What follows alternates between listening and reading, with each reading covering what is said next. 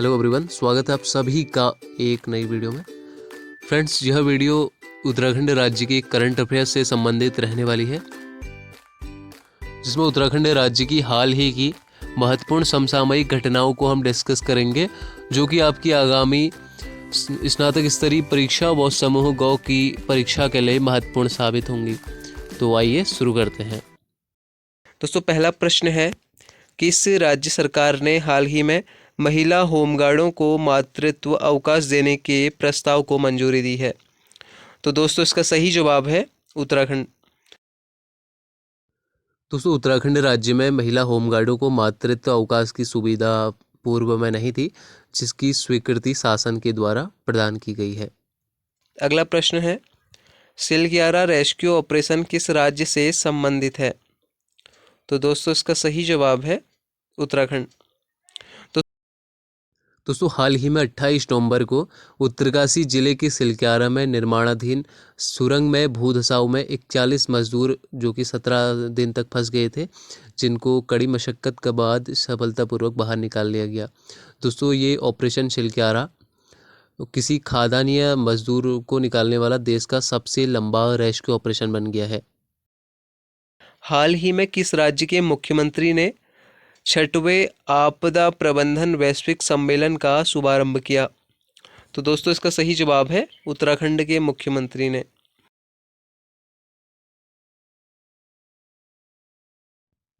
दोस्तों, हाल ही में 28 नवंबर को मुख्यमंत्री पुष्कर सिंह धामी ने देहरादून में ग्राफिक एरा विश्वविद्यालय में 6वें आपदा प्रबंधन वैश्विक सम्मेलन का शुभारंभ किया।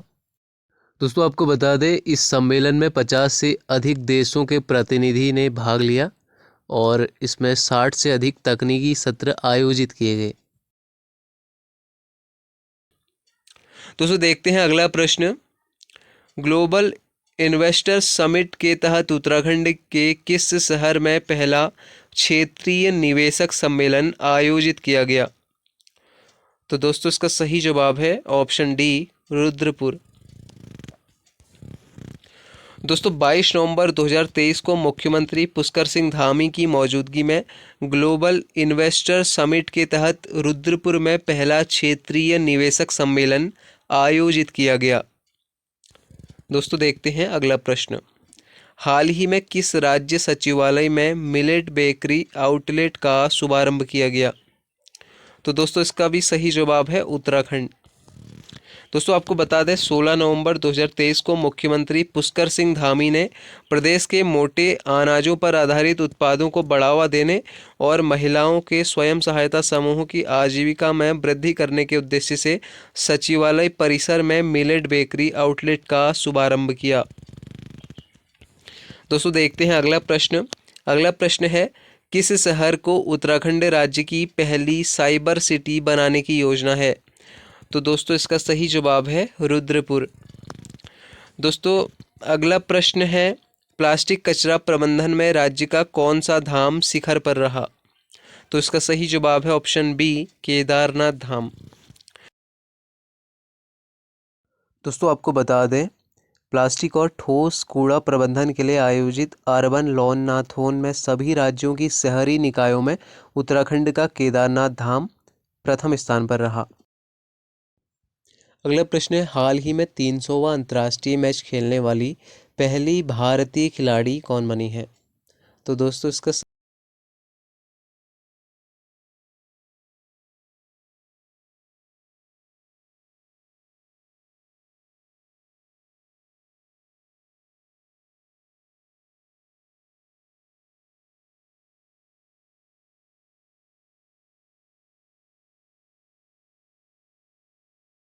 दोस्तों, वंदना कटारिया ने मौजूदा महिला एशिया चैंपियंस ट्रॉफी 2023 में जापान के खिलाफ भारत के मैच में यह उपलब्धि हासिल की। दोस्तों, इसके साथ ही वंदना 300 अंतर्राष्ट्रीय मैच खेलने वाली भारत की पहली महिला खिलाड़ी बन गई है। दोस्तों, अगला प्रश्न है, उत्तराखंड में पहली बार कितने खिलाड़ियों को हिमालय पुत्र पुरस्कार मिलेगा? इसका सही जवाब है 6 खिलाड़ियों को। दोस्तों, खेलों में उत्कृष्ट प्रदर्शन करने वाले खिलाड़ियों को देवभूमि उत्तराखंड खेल रत्न पुरस्कार, लाइफ टाइम अचीवमेंट अवार्ड और खेल प्रशिक्षक को देवभूमि उत्तराखंड द्रोणाचार्य पुरस्कार से हर साल सम्मानित किया जाता है दोस्तों, लेकिन खिलाड़ियों को हिमालय पुत्र पुरस्कार पहली बार मिलने जा रहा है। तो दोस्तों अगला प्रश्न देखते हैं। अगला प्रश्न है, देश के पहले कार्टोग्राफी संग्रहालय का उद्घाटन हाल ही में कहाँ हुआ है? तो इसका सही जवाब है मसूरी में। दोस्तों आपको बता दें, हाल ही में उत्तराखंड के पर्यटन और संस्कृति मंत्री सतपाल महाराज ने उत्तराखंड के सुरम्य शहर मसूरी में देश के पहले कार्टोग्राफी संग्रहालय जॉर्ज एवरेस्ट कार्टोग्राफी संग्रहालय का उद्घाटन किया। दोस्तों 27 दिसंबर को विश्व पर्यटन दिवस भी मनाया जाता है, तो इसको भी आप ध्यान रखेंगे। इसके साथ ही पर्यटन मंत्री सतपाल महाराज ने मसूरी के जॉर्ज एवरेस्ट में 23 करोड़ 52 लाख रुपए की लागत से बने सर जॉर्ज एवरेस्ट संग्रहालय का उद्घाटन और हेलीपैड का उद्घाटन भी किया। दोस्तों पर्यटन मंत्री ने देश के पहले मानचित्रण संग्रहालय को महान गणितज्ञ राधानाथ शिकदर और पंडित नैन सिंह रावत को समर्पित किया। दोस्तों अगला प्रश्न है, उत्तराखंड की सृष्टि लखेरा को उनकी किस फिल्म के लिए राष्ट्रीय फिल्म पुरस्कार मिला है? दोस्तों इसका सही जवाब है एक था गांव। दोस्तों उत्तराखंड की सृष्टि लखेरा को उनकी फिल्म एक था गांव के लिए राष्ट्रीय फिल्म पुरस्कार मिला।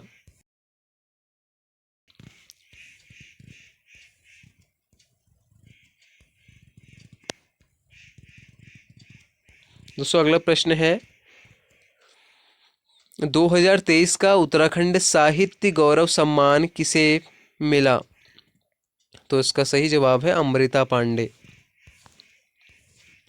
दोस्तों भाषा संस्थान देहरादून की ओर से हल्द्वानी की अमृता पांडे को उनके कथा संग्रह सिसक्ति सांकले के लिए वर्ष 2023 का उत्तराखंड साहित्य गौरव सम्मान दिया गया।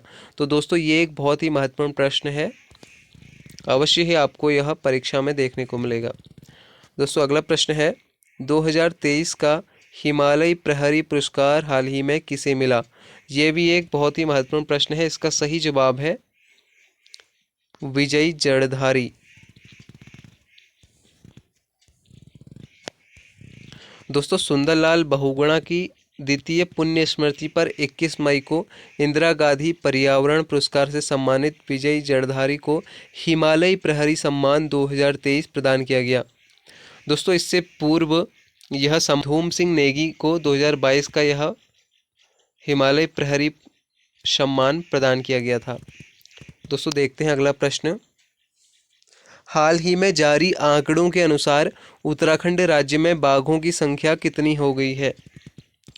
तो दोस्तों वर्तमान में बाघों की संख्या 460 हो गई है बढ़कर। दोस्तों वैश्विक बाघ दिवस 29 जुलाई की रिपोर्ट के अनुसार उत्तराखंड में बाघों की आबादी 2018 की तुलना में 442 से बढ़कर 560 हो गई है। दोस्तों 118 बाघों की यहाँ पर वृद्धि देखी गई है। इसके साथ ही मध्य प्रदेश और कर्नाटक के बाद उत्तराखंड तीसरे स्थान पर बरकरार है बाघों की संख्या के मामले में। अगला प्रश्न देखते हैं। अगला प्रश्न है, राष्ट्रीय ग्रामीण आजीविका मिशन के तहत उत्तराखंड के किस जिले को राष्ट्रीय स्तर पर स्कॉच सिल्वर अवार्ड मिला? तो दोस्तों इसका सही जवाब है चमोली। दोस्तों राष्ट्रीय ग्रामीण आजीविका मिशन के तहत आजीविका संवर्धन में बेहतर कार्य करने पर चमोली जिले को राष्ट्रीय स्तर पर स्कॉच सिल्वर अवार्ड मिला है। दोस्तों अगला प्रश्न है, किस राज्य की पुलिस ने अपराधियों को पकड़ने के लिए ऑपरेशन प्रहार हाल ही में शुरू किया? तो दोस्तों इसका सही जवाब है उत्तराखंड।